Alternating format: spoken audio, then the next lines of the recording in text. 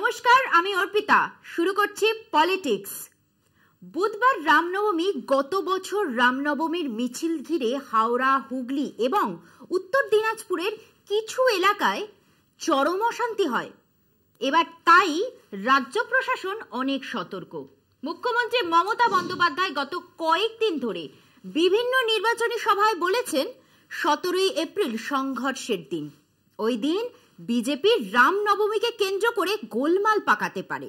Kolkata high court হাওড়ায় রামনবমীর মিছিলে অনুমতি দিয়েছে শর্ত সাপেক্ষে। বলা হয়েছে 200-র বেশি লোকের জমায়েত করা যাবে না। বিজেপি নেতা দিলীপ ঘোষ হুমকি দিয়েছেন 50,000 লোকের মিছিল হবে, দেখি কে আটকায়। এই আবহে মঙ্গলবার বালুরঘাটের সভা থেকে প্রধানমন্ত্রী নরেন্দ্র মোদী ঘোষণা করেন আগামীকাল সারা দেশে রামনবমী পালিত হবে। অযোধ্যার রাম মন্দিরে রামলালার মূর্তি স্থাপনের পর এবারের রামনবমীর বিশেষ গুরুত্ব রয়েছে। রামনবমী নিয়ে এদিনই নবান্নে উচ্চ পর্যায়ের বৈঠক করেন শীর্ষ আমলারা। সব মিলিয়ে রামনবমীর মিছিলকে কেন্দ্র করে নানা আশঙ্কার দোলাচলে রয়েছে গোটা রাজ্য। রামনবমীর মিছিল ঘিরে গত বছরের হিংসার ছবি এখনো ফিকে হয়ে যায়নি। হাওড়া, হুগলি এবং দিনাজপুরের কয়েকটি এলাকায় তীব্র অশান্তি হয়, সরকারি সম্পত্তি ক্ষতিগ্রস্ত হয়। রাজ্যপাল সিভি আনন্দ বোস নিজে পৌঁছে যান হুগলির উপদ্রুত এলাকাগুলিতে। এবারও যাতে সেই ঘটনার পুনরাবৃত্তি না ঘটে তার জন্য প্রশাসন সতর্ক। এখন ভোটের বাদ্যি বেজে গিয়েছে, চালু হয়ে গিয়েছে আদর্শ নির্বাচনী আচরণবিধি। আইন শৃঙ্খলা সামাল দেওয়ার দায়িত্ব এই মুহূর্তে নির্বাচন কমিশনের। গতকালই কমিশন মুর্শিদাবাদের ডিআইজি শ্রী মুকেশকে সরিয়ে দিয়েছে। তাতে ক্ষুব্ধ হয়ে কমিশনকে তোপ দেগেছেন মুখ্যমন্ত্রী। তিনি বলেন, এরপর যদি মুর্শিদাবাদ মালদাহে হিংসা হয় তার দায় নিতে হবে কমিশনকে। গোলমাল হলে কিন্তু কমিশনকে ছাড়ব না। আপনাদের এখানকার যিনি প্রার্থী তিনি বোয়া কলমে একজন বড় গুন্ডা সর্দার। সুতরাং আমাদের সর্দারজি না, গুন্ডাদের মাফিয়াদার। সর্দার কথাটা আমি উইথড্র করলাম, গুন্ডার মাফিয়াদার। তিনি কিন্তু আবার আগুন লাগাবেন, তিনি কিন্তু আবার ওই গুলি চালিয়ে দেবে আগের বার শীতলকুচির মতো। তিনি কিন্তু আবার আপনাদের বিপদে ফেলবে। আমি সংখ্যালঘু ভাই বোনদের বলবো, যদি দেখেন স্লোগান দিচ্ছে 17 তারিখ, ওটা ওদের দাঙ্গা করার দিন, আমি মনে করি ওটা মানুষের সম্মানের দিন হোক, ঐক্যের দিন হোক। গালাগালি দিলেও মাথা ঠান্ডা করে আল্লাহর নামে প্রে করবেন, ওদের বিদায় চাইবেন, কিন্তু কেউ কোনো প্ররোচনায় পা দেবেন না। আমাদের শান্তি রক্ষা করতে হবে। ওরা চায় দাঙ্গা করে এনআইএ ঢুকিয়ে দিয়ে ভোটটা যাতে না হয়, আর ভোটটা যাতে ওরা ছাপ্পা মেরে দেয়। রামনবমীর মিছিল নিয়ে জল গড়িয়েছে কলকাতা হাইকোর্ট পর্যন্ত। সোমবারই কলকাতা হাইকোর্ট নির্দেশ দিয়েছে হাওড়ায় 200-র বেশি লোক নিয়ে বুধবার মিছিল করা যাবে না। মিছিল, শোভাযাত্রায় অস্ত্র প্রদর্শন করা যাবে না। শোভাযাত্রা থেকে কোনো উত্তেজক স্লোগান দেওয়া চলবে না। মিছিল যাতে শান্তিপূর্ণ থাকে তার জন্য প্রয়োজনে কেন্দ্রীয় বাহিনীর সাহায্য নিতে পারবে রাজ্য প্রশাসন। হাইকোর্ট এই নির্দেশ দিলেও দম্বার পাত্র নন বিজেপি নেতা এবং দুর্গাপুর বর্ধমান কেন্দ্রের বিজেপি প্রার্থী দিলীপ ঘোষ। কি বলছেন তিনি, আসুন শুনে নি। 200 নয়, 50,000-এর মিছিল হবে, কেউ আটকাতে পারে না। এই দেশ রামের দেশ। রাম মন্দির হয়েছে 500 বছর আগে। হিন্দুরা বিজয় উৎসব পালন করবে। আমি আপিল করছি হিন্দু সমাজকে, হাজার হাজার লোক রাস্তায় নামুন। দিলীপ ঘোষ আপনাদের সঙ্গে আছে। ত্রিশূল ধরেছি, সব ধর্ম দরকার হলে হিন্দু সমাজের জন্য।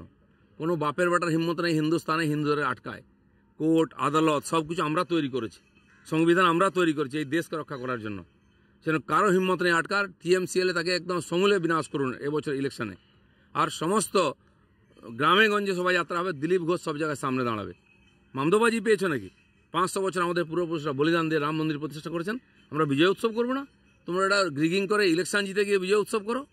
সেই জন্য আজ থেকে আমি তো নিজে শোভাযাত্রায় থাকছি। 4 দিন আমি নিজে রামনবমী পালন করব। কার কত দম আছে আটকাক। এখানেই শেষ নয়। কথায় বলে, একা রামে রক্ষা নেই সুগ্রীব দোসর। মঙ্গলবার রাজ্যে নির্বাচনী প্রচারে এসে রামনবমী নিয়ে সুর চড়িয়েছেন খোদ প্রধানমন্ত্রী নরেন্দ্র মোদী। আজ বালুরঘাট এবং রায়গঞ্জে সভা করেন মোদী। তিনি বলেন, বুধবার সারা দেশে মানুষ রামনবমী পালন করবে। অযোধ্যার রাম মন্দিরে রামলালার মূর্তি স্থাপন হওয়ার পর এই প্রথম রামনবমী হতে চলেছে বুধবার। এবার তাই রামনবমীর বিশেষ গুরুত্ব। তৃণমূলের সমালোচনা করে মোদী বলেন, রামনবমীর উৎসব বন্ধ করার জন্য তৃণমূল অনেক ষড়যন্ত্র করেছে, কিন্তু সত্যের জয় হয়েছে। আদালতে রামনবমীর মিছিলের অনুমতি দিয়েছে। এবার তাই রামনবমীর বিশেষ গুরুত্ব। टीएमसी ने हमेशा की तरह यहां रामनवमी उत्सव को रोकने की पूरी कोशिश की, सारे षड्यंत्र किए, लेकिन जीत सत्य की ही होती है। इसलिए कोर्ट से अनुमति मिल गई है। ভোটের উত্তাপের মধ্যেই আগামীকাল রাজ্যবাসীর নজর থাকবে রামনবমীর দিকে। একদিকে আদালতের নির্দেশ, বিজেপি নেতা দিলীপ ঘোষের হুমকি, প্রধানমন্ত্রীর ঘোষণা, অন্যদিকে রাজ্য প্রশাসনের পাল্টা হুঁশিয়ারি। রাজ্যবাসী চায় দিনটা শান্তিতে কাটুক। রাজ্যের কোথাও যেন রামনবমীর মিছিল ঘিরে অশান্তি বা হিংসা না ছড়ায়। এখন সময় একটা বিরতি, ফিরছি বিরতির পর, সঙ্গে থাকুন। পদ্মগড়ে ভাঙনের স্বাদ মিলেছিল ধূপগুড়ি বিধানসভা উপনির্বাচনে। এবার লোকসভা ভোটে সেই উত্তরবঙ্গে বস্তুত ঘাঁটি গেড়েছেন স্বয়ং মমতা বন্দ্যোপাধ্যায়। জনসভার পর জনসভা, পদযাত্রার পর পদযাত্রা, প্রচারে ন্যূনতম ঝুঁকি নিচ্ছেন না মুখ্যমন্ত্রী তথা তৃণমূল নেত্রী। নিশানায় মোদী শাহ। রাজনৈতিক তাপপ্রবাহে পারদ ঊর্ধ্বমুখী উত্তরবঙ্গের 6 জেলায়। আমি চালসায় আসছিলাম, মিটিং যে কেউ পলিটিক্যাল পার্টি রাস্তায় করতেই পারে, আমার কোনো আপত্তি নেই। আমার গাড়িটাকে দেখে বলছি চোর চোর। ওদের জিজ্ঞেস করুন, ওদের পিতৃদেবের পয়সায় কোনদিন আমি এক কাপ চা খেয়েছি? আমি কারো পয়সায়, এমনকি দোকানে চা খেতে গেলেও দোকানে পয়সা দিয়ে খাইনি। আমি সরকার থেকে 1 টাকা মাইনে নিই না, আমি সরকারি গাড়ি চড়ি না, আমি ইচ্ছা করলে পেনশন প্রতি মাসে 1.5 লাখ টাকা করে পেতে পারি, লক্ষ টাকার উপর মাইনে পেতে পারি, আমি 1 টাকাও নিই না। ভোট প্রচারে প্রায় প্রতিদিনই উত্তরবঙ্গে একাধিক সভা করেছেন মুখ্যমন্ত্রী। মঙ্গলবার জলপাইগুড়ি কেন্দ্রের ময়নাগুড়িতে নির্বাচনী সভার পর দার্জিলিং আসনে দলীয় প্রার্থীকে নিয়ে পদযাত্রা করলেন শিলিগুড়িতে। প্রচার পর্বের শুরু থেকেই কেন্দ্রের এজেন্সি রাজের বিরুদ্ধে সুর চড়িয়েছেন মমতা। তাঁর দাবি, কেন্দ্রীয় এজেন্সির আধিকারিকরা নাকি বিজেপির হয়ে প্রচার করছে। আসলে সরাসরি রাজনৈতিক লড়াইয়ে জিততে পারবে না বুঝেই এজেন্সি দিয়ে শাসানি দিচ্ছে মনে করেন তৃণমূল নেত্রী। কিন্তু 200-র বেশি আসন জেতাই বিজেপির পক্ষে সম্ভব নয় দাবি মমতার। 543 আসনের লোকসভায় সংখ্যাগরিষ্ঠতা পেতে গেলে দরকার 272 আসন। প্রধানমন্ত্রী নরেন্দ্র মোদী উত্তরবঙ্গে দাঁড়িয়ে 400 আসন প্রাপ্তির লক্ষ্যমাত্রার কথা বলেছেন। সম্ভাব্য আসন সংখ্যা ঘিরে দুই তরফের এই দরজার ভোটের উত্তাপ বেড়েই চলেছে তরাই থেকে ডুয়ার্স সর্বত্রই। आज पूरा बंगाल कह रहा है 4 जून 400 पार, 4 जून 4 जून 4 जून। आबार एक बार, आबार एक बार, आबार एक बार। এত মিথ্যে কথা, এত কুৎসা, এত অপপ্রচারের পথ নিত না। এরা জিতবে না, এরা 200 পার হবে না দেবে আসবেন। এবার বিজেপি জিতছেন না।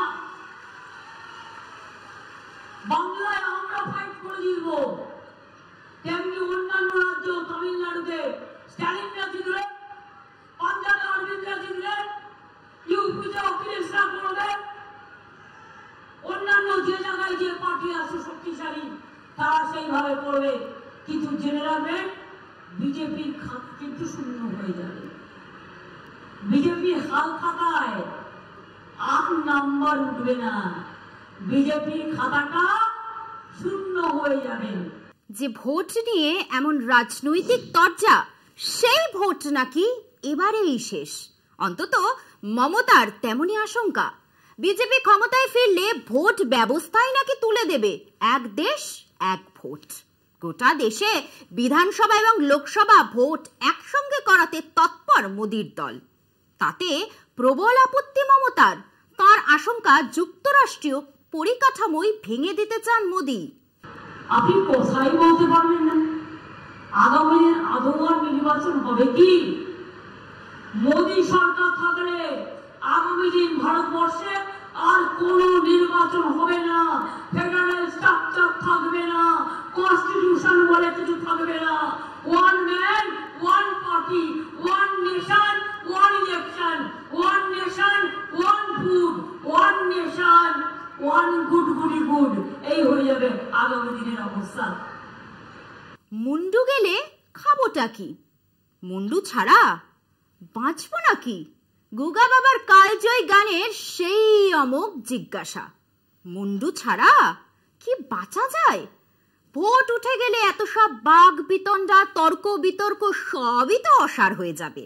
ভোট ছাড়া গণতন্ত্র বাঁচবে নাকি? এখন সময় আরো একটা বিরতির, ফিরছি একটু পরেই, সঙ্গে থাকুন।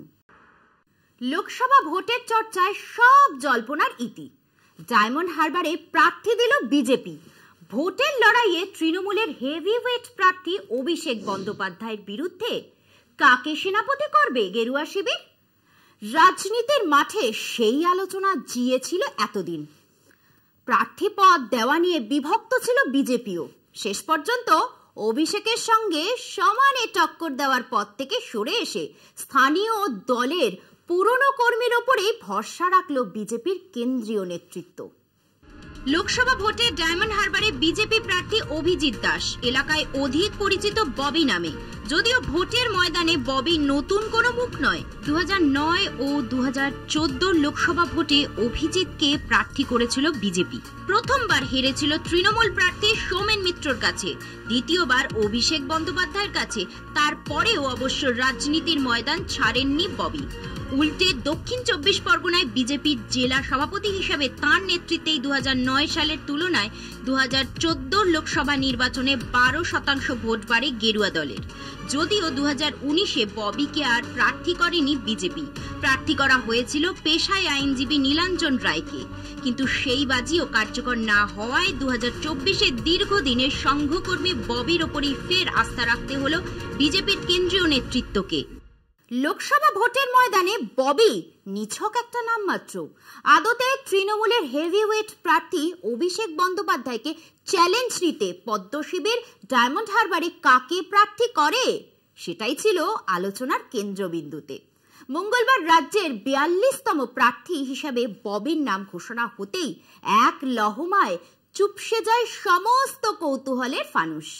রাজনীতির আগুনে ফানুস ওড়ানোর প্রক্রিয়া শুরু হয়েছিল ভোট ঘোষণার পরে পরেই। ওই কেন্দ্রের প্রার্থী হওয়ার বাসনা জানিয়ে ভোটের চর্চায় থাকার আপ্রাণ চেষ্টা করেছিল আইএসএফ নেতা নওশাদ সিদ্দিকী। শেষ পর্যন্ত তিনি পিটটান দিলে লড়াইয়ের ময়দানে ভেসে ওঠে বিজেপি।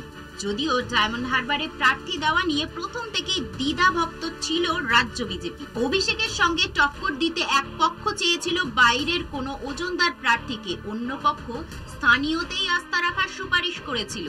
এমনকি এই রাজনৈতিক কানাকানিতে উঠে এসেছিল বিজেপির প্রাক্তন রাজ্য সভাপতি দিলীপ ঘোষের নামও।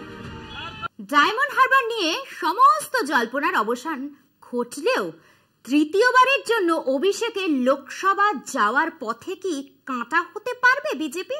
প্রশ্ন থেকেই গেল। উত্তর মিলবে 4 জুন। পলিটিক্স আজ এই পর্যন্তই। দেখতে থাকুন কলকাতা টিভি, রাত দিন 7 দিন।